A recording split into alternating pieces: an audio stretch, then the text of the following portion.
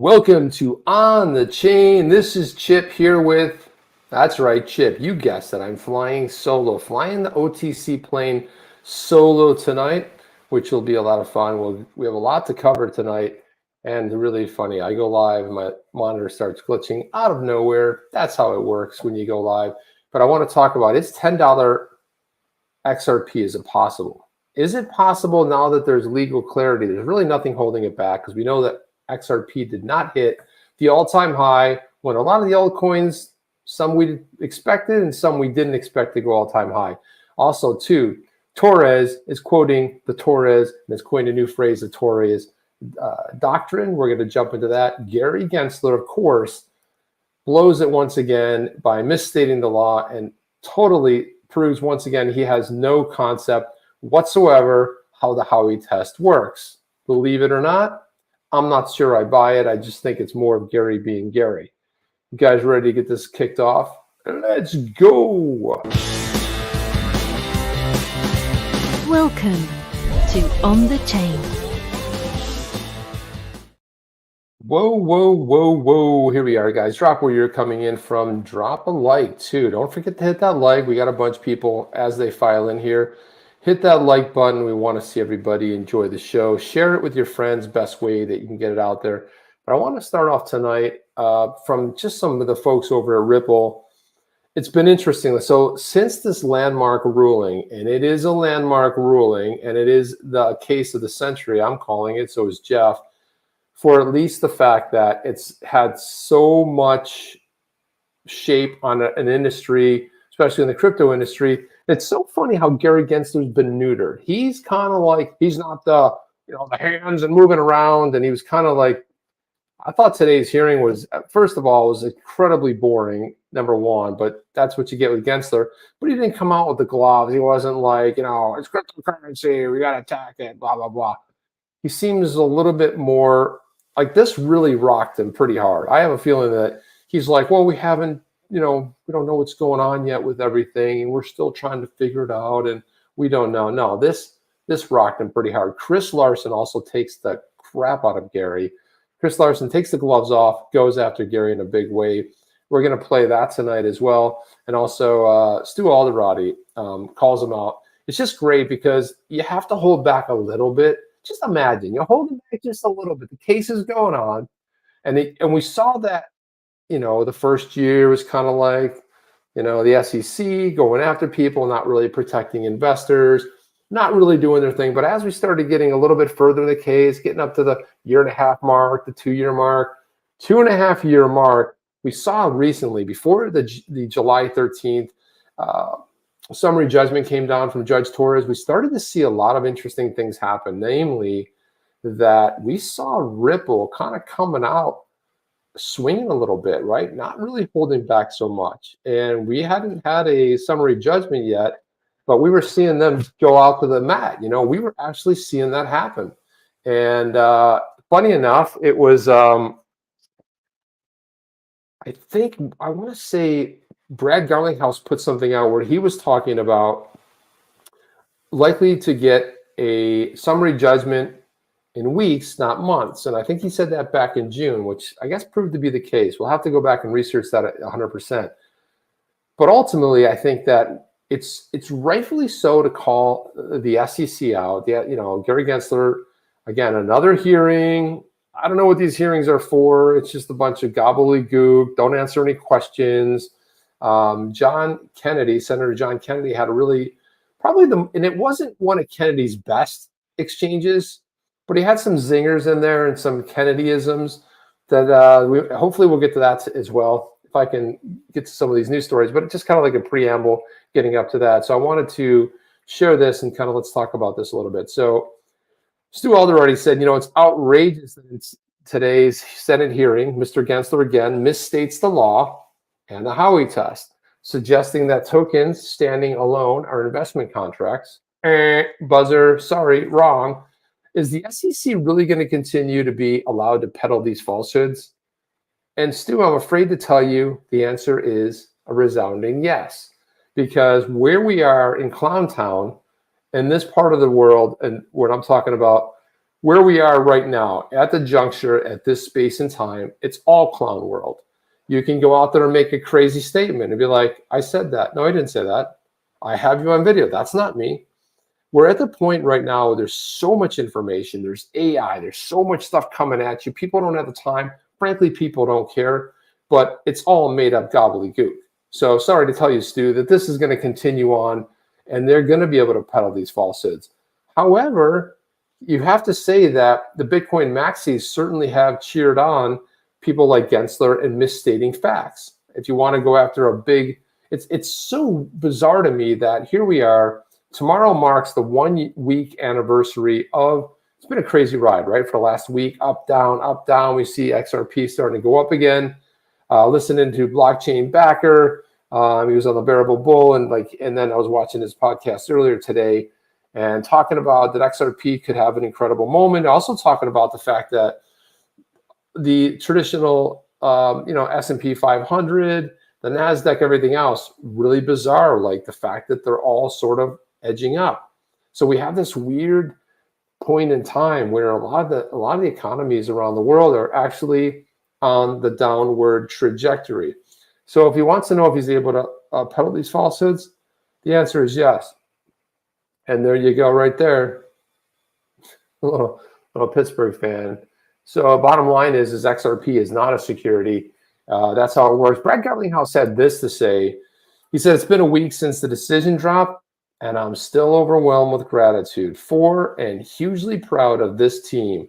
An unequivocal win for Ripple and for crypto in the US. That is the bottom line. And this right here is a phenomenal tweet, because say what you want, but this is what I like about Ripple, and you got to give them a lot of credit. They did not bend the knee to the SEC. They probably spent upwards of $150 million plus, but maybe that was why you had Chair Clayton, the previous chair of the SEC, drop this lawsuit, because who's the only one that could have defended it?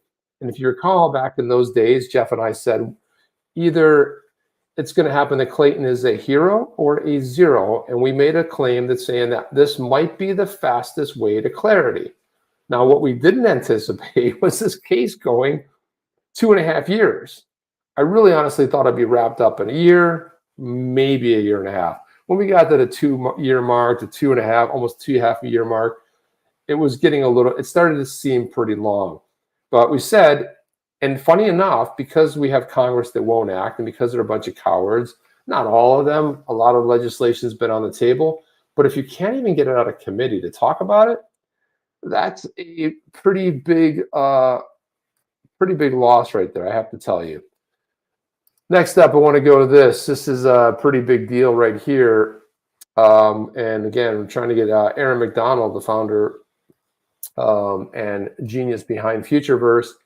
But this story right here, we have Metaverse and AI gaming startup Futureverse announced today that it raised $54 million in a Series A funding round led by 10 Fund, with Ripple Labs also participating. Very cool, right? So this is a pretty awesome story right here. Let's see, do I have this open? I thought I had it open. Yeah, here we go. Right. Is this it? Yeah, here it is. This is it right here. There we go. Come on, get it together. Futureverse raises $54 million from 10T Ripple Labs. And really, the reason I wanted to sort of cover this is because the fact is that it's a pretty solid raise for a Series A, a pretty decent raise. And again, because of what they're attempting to do here with an open metaverse and AI-powered gaming, it's pretty exciting. So, Futureverse said in a statement that it'll use the funds for research and development. That's key. You always need R&D, as well as further gaming. It's a gaming-focused blockchain called the Root Network. Again, the Root Network's actually pretty awesome as well. It's Ethereum virtual machine compatible and offers XRP ledger integration. Now, this is what's really wild about the Root Network is that, and when we had Aaron on here, I want to say maybe a year ago, maybe it was about a year ago. It was funny because we had actually talked about the badass Yetis before we even launched them and said, we'd love to get those badass Yetis inside that, inside the Futureverse. We kind of joked about it, but again, it was early days for us. And compatible offers XRP ledger integration. Root Network supports the use of XRP and its NFTs. So this is a big development right here. Company also has plans to develop more blockchain games in the future. Representative from Futureverse confirmed to Decrypt that other investors participating in the round would not disclose their names. However, we do know the fact that let's see, we do know that I thought it said in here that Ripple. Does that say that Ripple was in there? I know Ripple tweeted about this. Yeah, there it is. Ripple. So Ripple Labs president Monica Long believes in Futureverse's vision. While we're at the earliest stages of what a project like this and really the larger concept that a metaverse can achieve, we at Ripple are thrilled to contribute to the foundational infrastructure layer, provide real utility to the end users, and the open metaverse, Long said in a statement. So there you have it. Pretty good. So probably more things to come as this develops. I want to see what's going on in the chat, guys. What is going on? Good morning. So there you go. Mel, good evening. I'm sorry. What's up, Mel? Good to see you in here as well. Sophie, digital nomad investor. What's up? Another day. What's up? DNI. What is going on, DNI? Good to see you in here as well.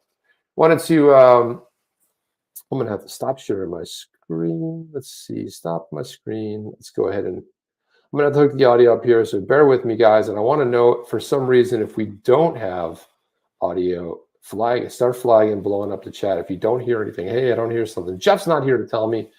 Some kind of flying blind. And unfortunately, the software is a little bit wonky when it comes to sharing audio. So I will just say that much let's see, let me go here and let me see. This should work, guys, but I want to do this. But I want to talk about this. This is amazing because here we have, let's throw this up. There we go.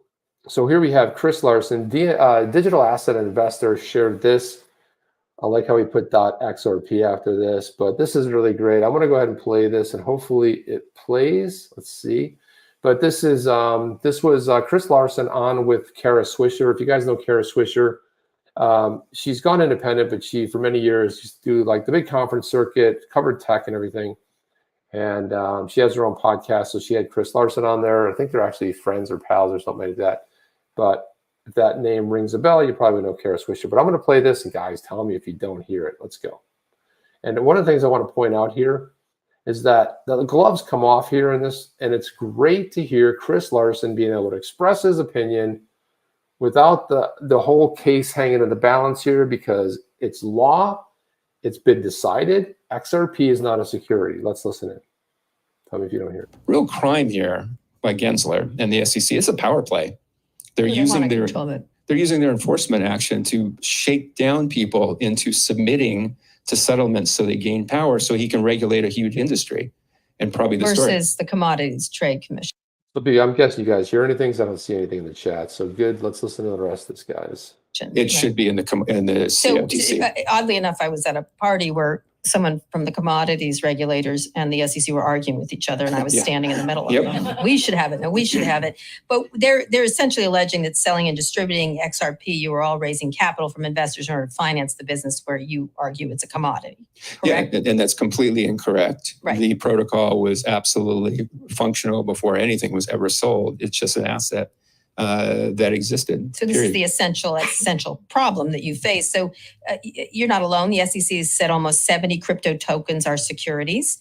Why do you think he's been so aggressive in going after it? It's just a power, like he wants to control it, and she feels like it's close enough to currency. It's sort of it's sort of the Gary Gensler MO. It's sort of what he did when he was the CFTC, and it's sort of what he did when he brought down LIBOR. By the way, did a bunch of lawsuits, lost all of them, but he doesn't care. Yeah, futurist trading. Yeah, he's trying to destroy the industry. That's what he's trying to do. Except Bitcoin. He's a Bitcoin fan. He's always talking about Satoshi, this, that, and the other thing.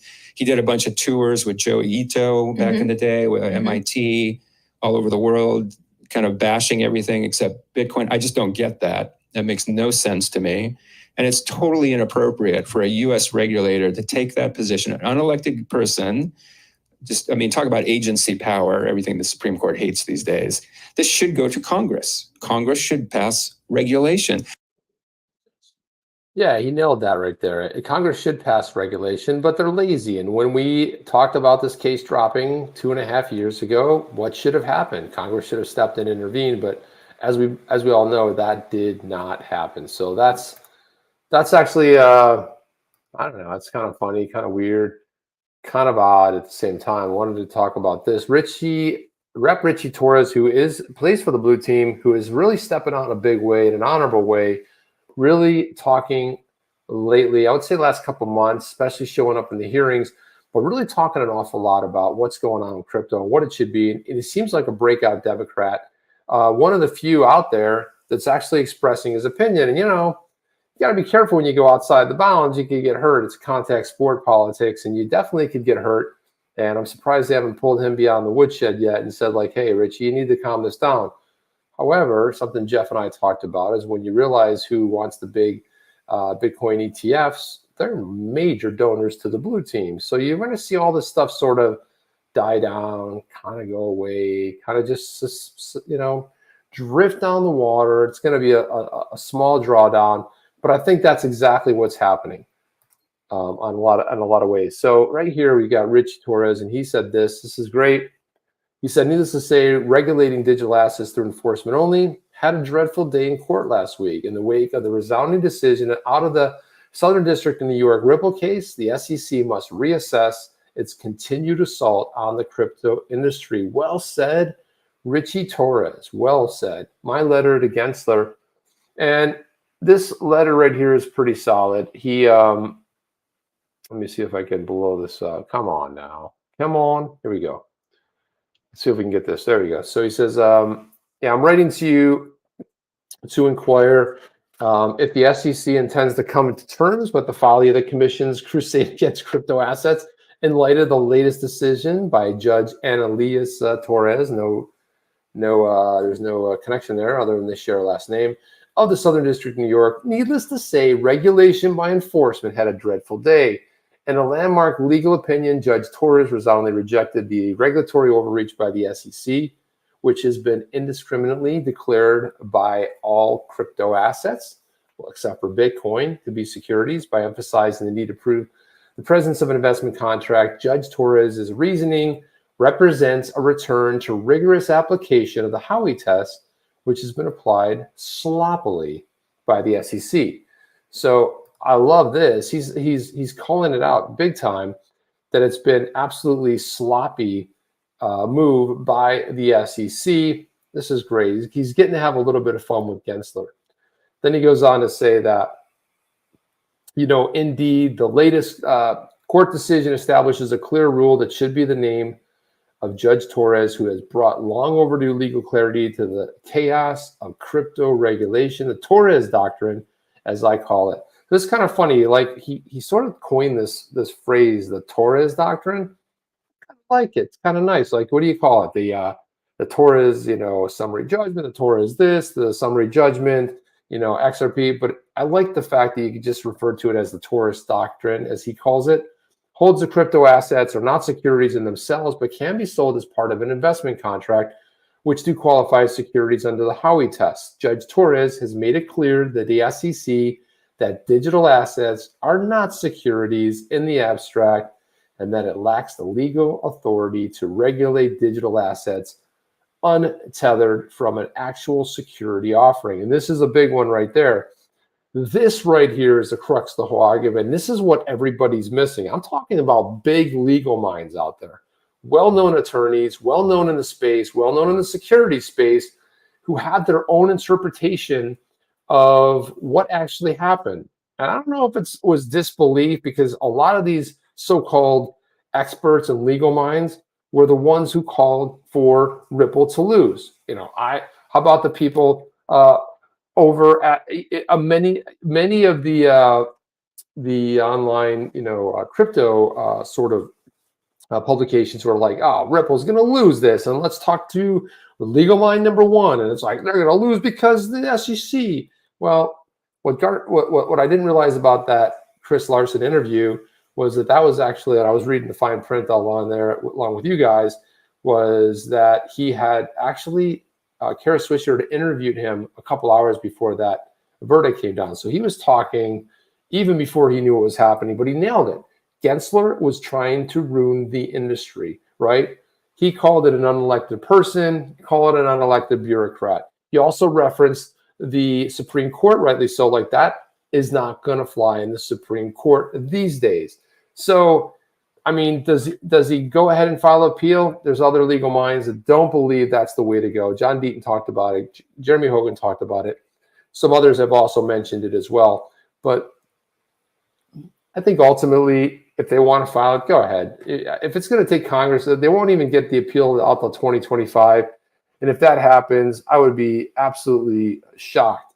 I want to get to this other part that he talks about in here, right here, which is, he says, in addition to the findings of law, Judge Torres made a point of faulting the SEC for conspicuously failing to provide fair notice to the crypto industry.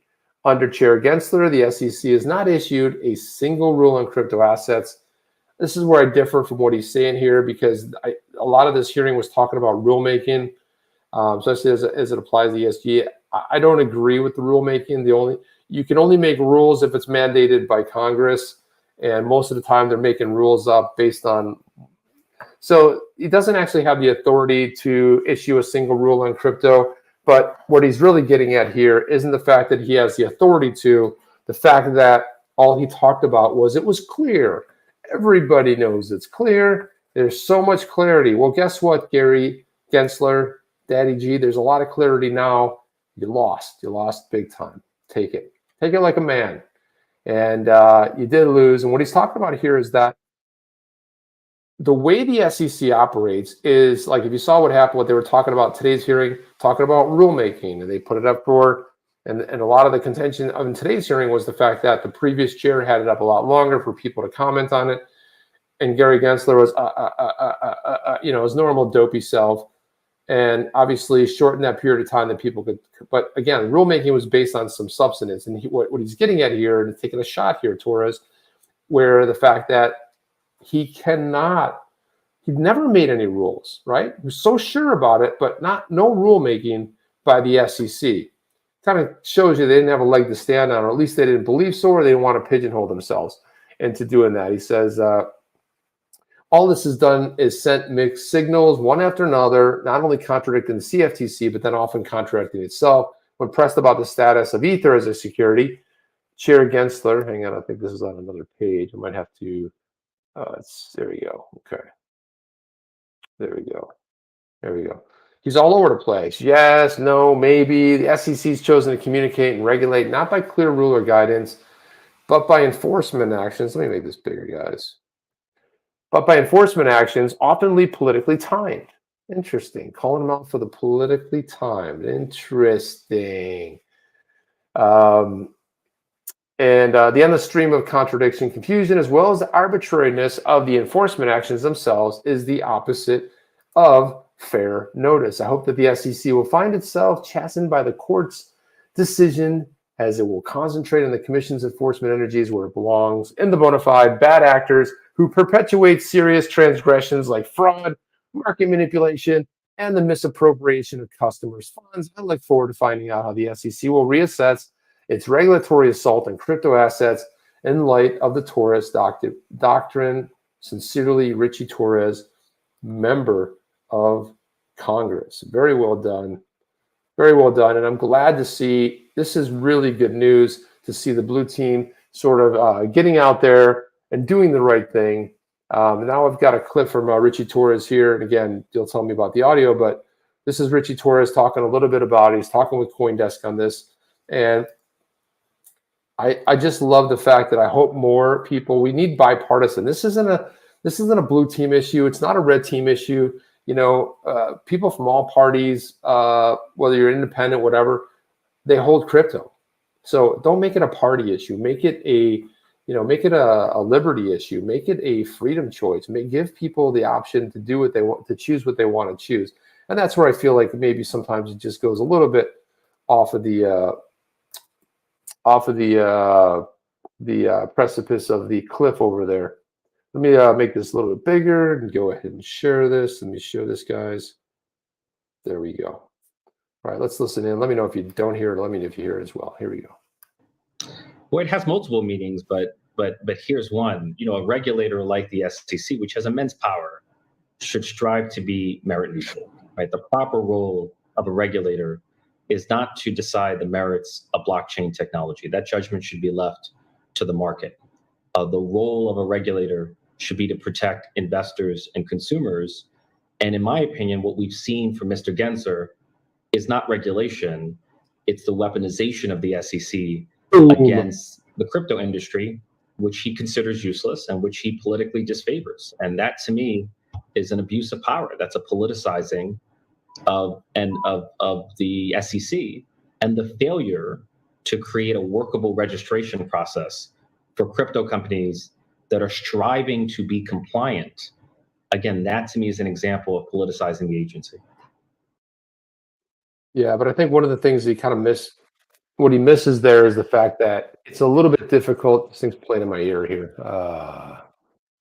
So I think what happens here is that, I think he gets a couple of things sort of a little bit off there, but the thrust of it was important. I think the underlying statement of the fact that this is going to change a lot of what's going on. And quite honestly, the CFTC should have been a little bit more forceful because, in the sense of XRP is not a security, it's regulated, it's a commodity, it's regulated by the CFTC. Okay. And they were kind of, they've been a little bit slow to respond over there. It hasn't been a real big deal. But so you're probably wondering to yourself, like, hey, self, I wonder what Senator Elizabeth Warren, who misappropriated someone else's race for her entire career, who has the gall to call other people out. That's just plain resign material. You're probably wondering, like, geez, I really wonder what she's thinking.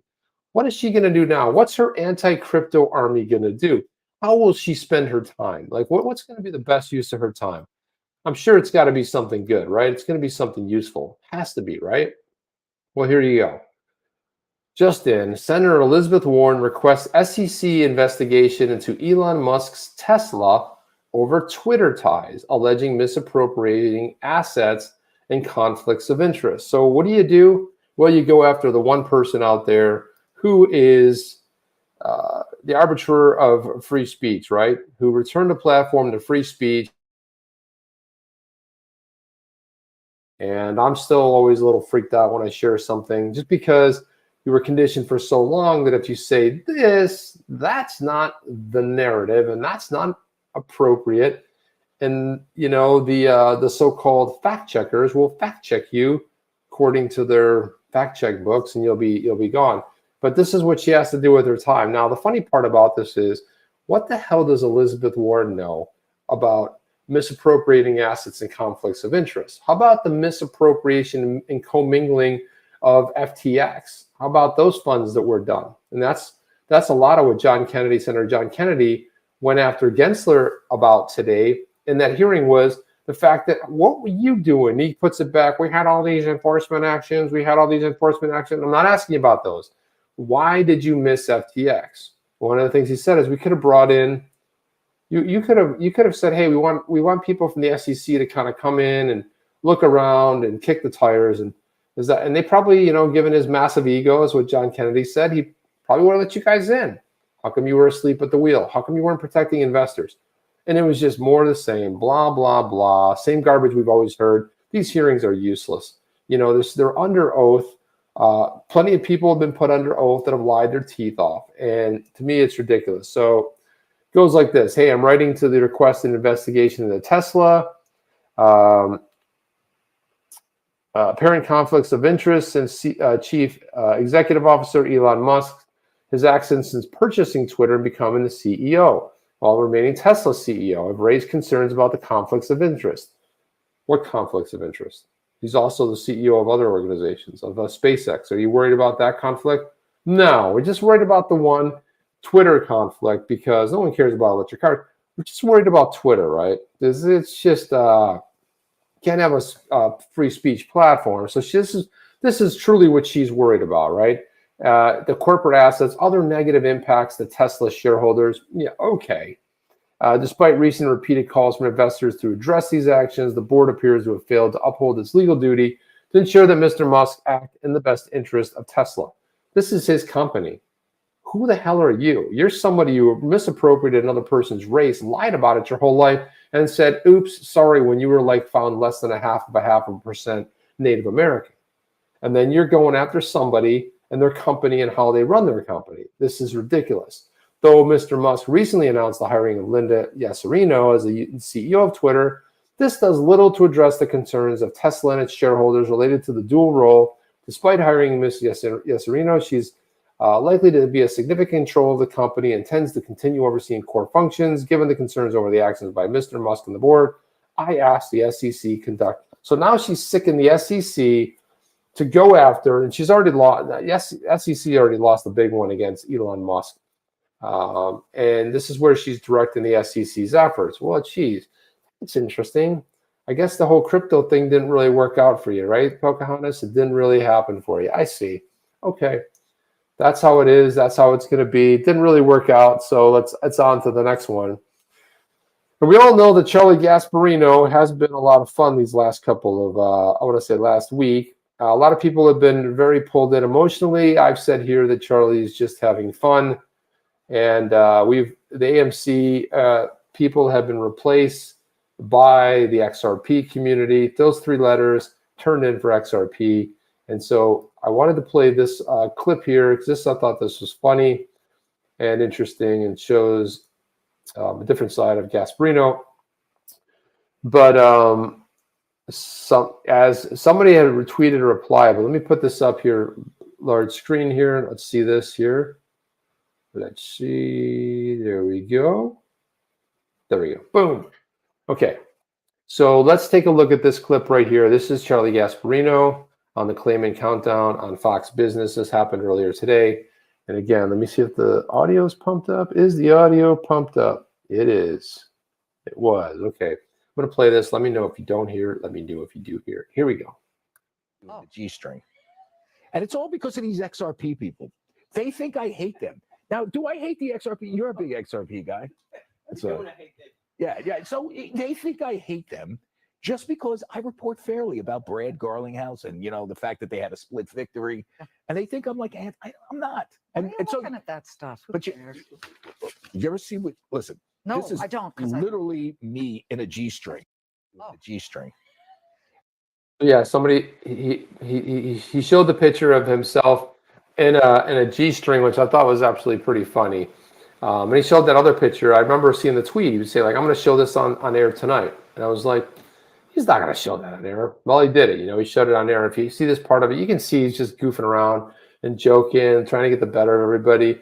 And everybody's blocking them, And we're running a contest right now with Unchained Elephants that if you block Gary Gensler and you show the pitch, or not Gensler, what am I saying? I got Gensler on the brain. If you block Charlie Gasparino, you screenshot it and you follow we're giving away NFTs. So go find that tweet. I'll retweet it later. I thought I retweeted it, but I don't believe that I did. But yeah, we're giving away a badass Yeti for that as well. But then again, I don't know. It shows that I think Charlie's a pretty good sport. And, all in all, I think it wasn't a bad thing. So what are you going to say here? What are you going to say? Let's see what else we got in the old grab bag here. What do we have? There's got to be a lot of other stuff to talk about. I know I didn't get to it all. Let's see. Here we go. Here's another one too that I wanted to put up there. What are we saying? No, Apex says, no, Charlie, we're mad at you for knowing the tweet's falsehood. I think, look, going beyond tweeting out one of those scam bots as a journalist who said you should know better. That was pretty sad. That was pretty sad in itself. So there's another clip here from the financial services. Here's another SEC official refusing to answer basic questions about the agency's actions, which, I mean, this comes as no surprise. For sure, backpedaling. There you go. This is backpedaling. Charlie is in transition. Charlie needs therapy. What is Charlie's pronoun? Let's see what else we have. Rye guy just popped an evening. What's up? What's up? Late comers. Beautiful. So let's throw this up too, because again, this is another good one. Here we go. Let's listen in on this. Gonna go ahead and share my screen. Let's do this, and let me go ahead and play it, crank it up. Let's put it full screen here. There we go. Let's go, guys. Mr. Gerding, are you aware that proxy firms do not undertake any independent legal analysis of shareholder proposals and instead refer that judgment of your staff as to whether a proposal violates federal rules or federal laws or state laws? Congressman, my division does not take positions on underlying shareholder proposals. That's not my question. Are you aware of that the proxy advisors do not do independent analysis and they rely on your analysis, assuming, as they said, that if you, the SEC, allows a proxy or a vote to go forward, a proposal to go forward, then it must meet legal criteria. Are you aware of that? I'm not familiar with the testimony that you're mentioning. I'd have to read. We'll print it off. It's public, but we'll print it off and send it to you. So you need to get yourself understanding this. You earlier just told my friend from Massachusetts that you look at material information for investors. I want to stop this right here, because if you're wondering to yourself, like, geez, who is this guy, Erik Gerding? Well, Erik Gerding is the new Bill Hinman. He is the director of corporate finance division over there at the SEC. So he's the new Bill Hinman. Bill Hinman is a household name by this point. We know about Hinman's emails. But just so you know, this, when Huizinga's grilling him here, he should know the answer. And it's just everywhere. It's such government corruption fail at every single point. You can see Huizinga starting to lose his cool, but he's absolutely in the right of this whole thing. Let's play the rest of it. Is not knowing whether a proposal would violate state or federal law material to an investor? Congressman, I think you're referring to our shareholder proposal review process. No, I'm referring to the analysis, the fact that the SEC does no analysis as to whether a proposal violates state law if it was adopted or violates federal law if it was adopted. Are you aware of that? Yes or no? Congressman, as we review shareholder proposals, yes or no? we review. Okay, how much clearer can I be? Yes or no? You do not understand that, or you don't? This is all new information for you. Congressman, we apply the Yes Rule or no? 14A8 and the grounds for exclusion. All right. in shareholder- Does the SEC analyze whether a proposal would violate state and federal law? Yes or no? Congressman, I can refer you to the 14A8 grounds for exclusion as we do our individual. That is not my shareholder- question. Do all grounds include legality? One of the grounds would require the commission to look at a number of factors, including that one. Can you say, so yes, you do look at legality? Again, Congressman, we apply This is a real, without being difficult here, this should be a really simple question. You either, yes, you look at legality, or no, you don't look at legality. Do you look at legality? We look at all grounds. I get all grounds. Do all grounds include legality? Congressman, I'm happy to refer you to 14A8. No, don't refer me to anything. Do you look at legality? I got you here in front of me today. Do you look at legality? Congressman, we don't offer opinions on the legality. Or federal It's law. just, there's only so much you can take of this. This is absolutely clown show. I mean, how much of this can you actually take, right? It's just, it's pathetic. Can't answer a basic question. Reminds me of when Gensler was in there, and like, so this is like 101 bureaucrat talk. Ask them a question: is it yes or no? Well, the congressman, we're going to think about for free to this and that. And I would tell you to do it. They're coached to never answer the question. Never pigeonhole yourself. You're under oath. If you say the wrong thing, you're on the hook for it. So they're coached to basically, I want to say, they just don't answer the question. Don't answer it. If you've ever been, politicians are phenomenal at this. They'll change the subject. They'll talk about anything. They don't want to answer the question. He does not answer the question. So it's a little bit bizarre there. But what are you going to do? It's that's what we have right there. That's the that's the place where we're at at this place in time. Even Brian Steele had basically given him a bunch of hell too. Still couldn't come up. Still couldn't answer the question. It's a little bit pathetic. I wanted to put this up here. Just this is interesting. I talked a little bit in the beginning of the podcast about the whole idea of the Bitcoin maxis. So, to my better judgment, I wouldn't normally play this, but I want to make a comment on it. First, before I make a comment on it, I want to play this video. I want to hear from you guys, and I want to hear exactly what you think of this video. Again, go ahead and share this. This does have sound, although, hang on a second. I'm not sure I can play it. Let me see.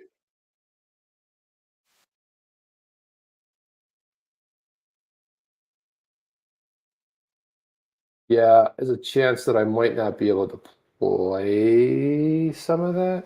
Anyway, I'll just play a little bit of it. Let's just see how this shakes out. So this was Greenpeace. Yeah, Greenpeace. We took over the New York City skyline, so they say, to expose BlackRock, Chase, and their Bitcoin bros, CEOs for fueling Bitcoin's climate destruction. Okay, remember the organization we're talking about here. I'm going to play a little bit of this, but let's just watch what happens in this video, and I want to ask you questions about it.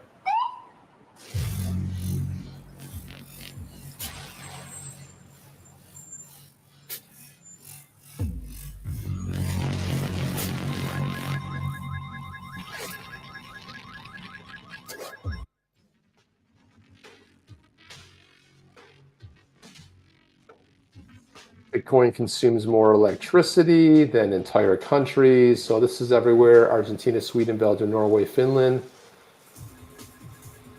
In the US alone, Bitcoin pollution is 7.5 million gas-powered cars, a bunch of people pointing upwards.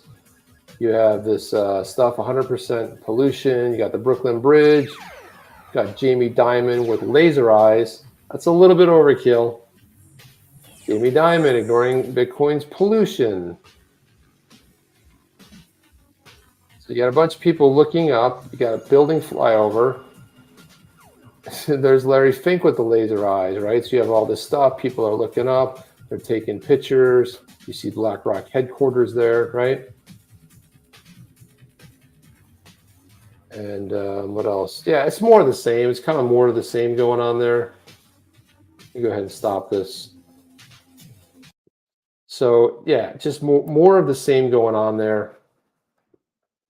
Here, turn the screen here. So as I'm looking at that, as I'm actually looking at that video and I'm seeing these buildings and the drones flying over and a bunch of people looking up, let me ask you guys, do you guys think that was really happening in New York City, that all that stuff was going on in buildings, these beautiful bright projections on buildings? You guys think that was happening? I'm calling BS on it. It looks like a lot of post-production work where you take all these drone shots, you get a bunch of people looking up and pointing up with their cameras on. I don't think Greenpeace took over New York City. Now, the one looks real. The one that's on the billboard is the only one that looks real. To me, everything else, I don't think you can get that level of brightness on a building that has 80 stories. What projector is going to be able to project close enough? Not that I want to, but again, it just seems like, yeah, okay, we took over New York. Yeah, maybe with the billboard, but they're making it look like they flash stuff on the Brooklyn Bridge. They flash stuff all over these buildings in Times Square. I don't know. Jamie Dimon with laser eyes, Larry Fink with laser eyes. Now, Larry Fink, yeah, I could see that. Larry Fink with the spot, the Bitcoin ETF. I could see a little bit of that, but yeah, Apex right there. Perfect. Zero chance that was happening. Yep, you guys called it. DNI looked fake as hell. Nope, it's fake, says Rye Guy. Nope, it's all fake. You guys know. I mean, right? It even, where's Greta when you need a voice? I saw her the other day flashing the finger to somebody. So it's, what else? Went to New York for your work years ago. I'll never go back, says Mark Smithson. And there you go right there too. Yeah, you couldn't see any texture shattering from the building structures, way too polished. And the other thing too was the drone shots were perfectly, they were perfect, the drones were exactly where that part of the message was, and they cut it all up and together. All they did was fly a bunch of drones around New York City and then, do some post-production work in After Effects. It's garbage, but again, that's Greenpeace. What do you want? They're trying to save the world, and you can just dump a ton of money into that organization. You'll never see the money again. You'll just dump it in there. You'll give them money. I don't even really know what they do. And have they made an impact? And have they made any contributions since they were founded, in the 70s?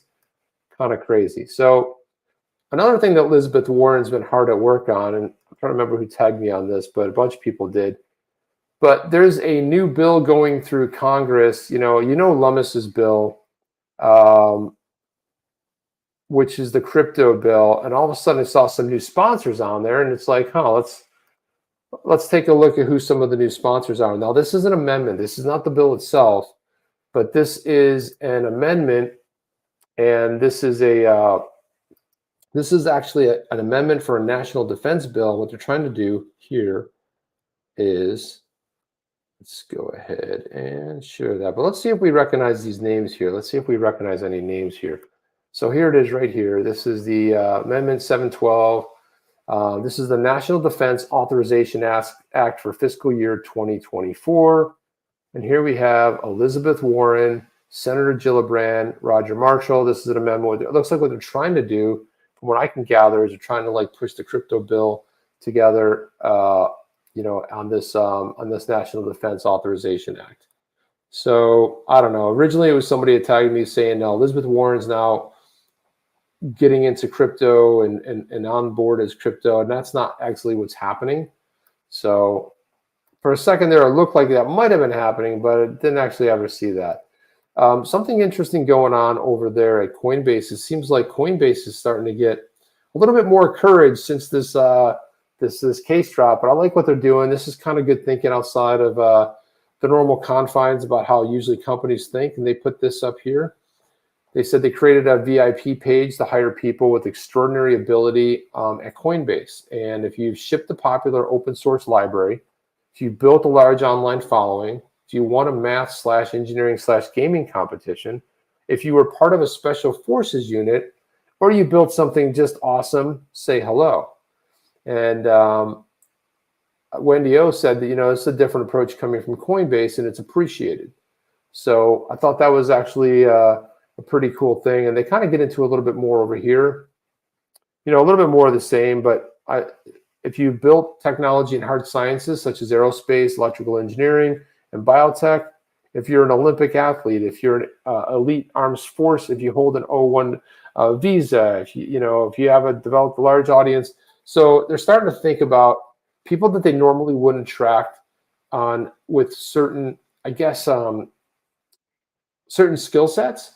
They're actually going outside that and trying to figure out who else could they get to work there. So what's in it for you? Well, we understand that the world's most exceptional talent has many options, and we work hard to differentiate ourselves by challenging and impactful work, mission-aligned goals, highly talented peers, and opportunities for careers growth within the company. By doing so, we believe that we can attract and retain the best talent in the world and achieve our mission. If you're someone, and they get into it, if it's achieved greatness in your field, we want to hear from you. So if you guys are out there and you guys think hey, this might be cool, maybe I can venture into crypto. We're not limited by the roles we have available. So if you're a superstar, they like something that they haven't seen before, maybe you can find a home over there at Coinbase. If we don't have a position that's an immediate fit, we can work together to find a match for you. Our focus is on finding the right people, not just filling seats. We're remote first, so you don't need to fear your commute. So I think that's a novel approach, and it's welcome.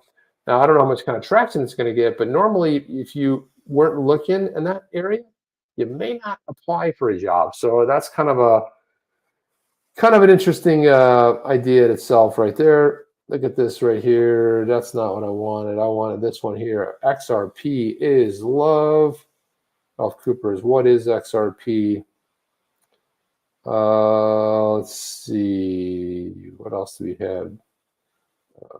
Just looking here. Yeah. Apex Crypto's complaining about autocorrect. Crushes me all the time. Yeah, then this comment is a good one too. King Baker says it's way past time of getting rid of these corrupt organizations. All the three-letter agencies are just this corrupt. It's not to say they don't know. They're corrupt, all of them, except for maybe one. King Baker, do you want to guess what that one might be? That one three-letter, it's not a three-letter agency, but that one government agency that might not be corrupt? There may be one. There may just be one. Space Force may be the only one that's maybe not corrupt. We'll have to hear how that one shakes out. But anyway, I tend to agree with that. We've seen it time and time again, exactly how corrupt it's actually become. It's been an actual, I'm just trying to think of the nice words. I gotta be careful the words I choose here, but the corruption is massive. If you're watching hearings, if you're watching what's happening, if you're listening to any of the other hearings that were going on today, like Jamie Raskin, complete garbage. Again, got to be careful what I can do, what I can't say here.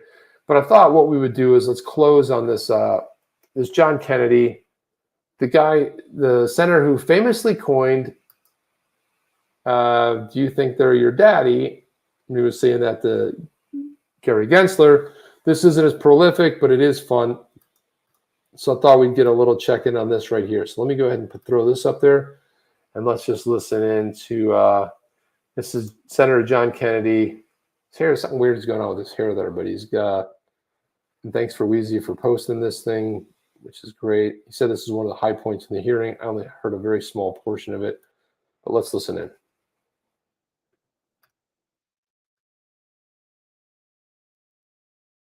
To you, Senator. I enjoy our times in our private talks and in these hearing rooms. The feeling is mutual. Mr. Chairman, why did you and the SEC allow the FTX fraud to happen? The crypto field is often one that is commingling and bundling services, as I said earlier, and often also offshore. And it is rife with abuses and fraud. It also takes time to thoughtfully and by the book and by the law build investigations and bring actions. There's a public figure, on average, about 23 months from start to either settlement or bringing an action at the SEC. We did bring actions over the course of the last 5 years on 150 companies or But the cow was out the barn. I mean, I follow your remarks, Mr. Chairman, because I have great respect for you, and you've said repeatedly before FTX blew up that the SEC has the authority to regulate cryptocurrency.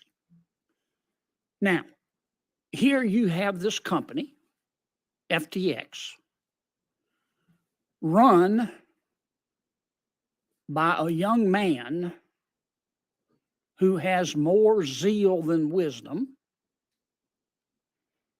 He prides himself looking like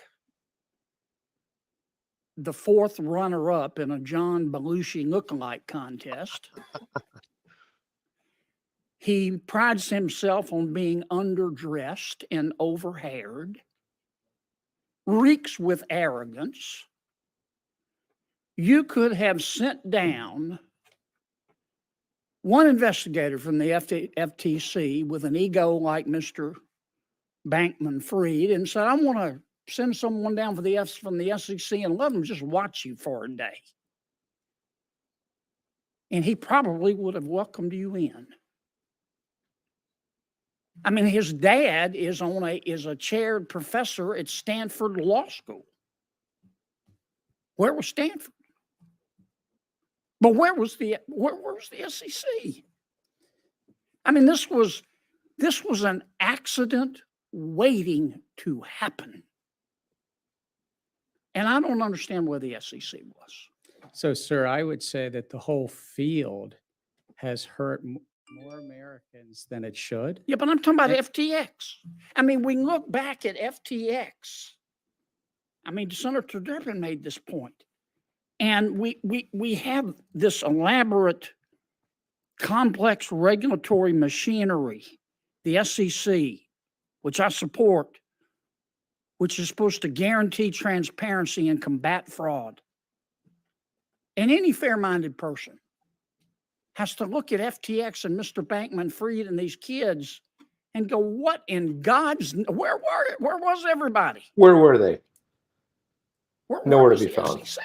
And I would say where we were is my predecessor, and also under my honor to be chair, we've brought 140 or 150 actions. There are 15 to 20,000 tokens, and there are dozens of Yeah, but it platforms. was after the fact, and- Gary. I mean, here's this young man. He did everything but buy Mount Rushmore.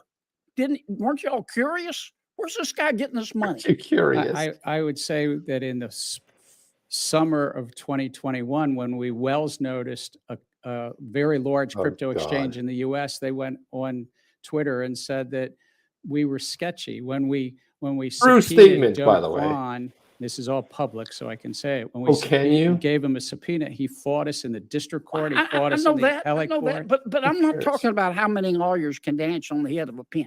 I'm talking about why didn't you send somebody down? I guarantee you, with his ego, Mr. Bankman-Fried would have welcomed you. Okay, he probably would have asked you to bring a film crew. You just send an investigator down, spend a half a day with these young people, come back, and go get an injunction. Shut them down until they can answer some very basic, fundamental questions. Like, for example, were they commingling funds? Why didn't we do that? Why didn't you do that? Right. What we pay you folks to do. Right on. Again, I mean, I get all the Wells letter and all that.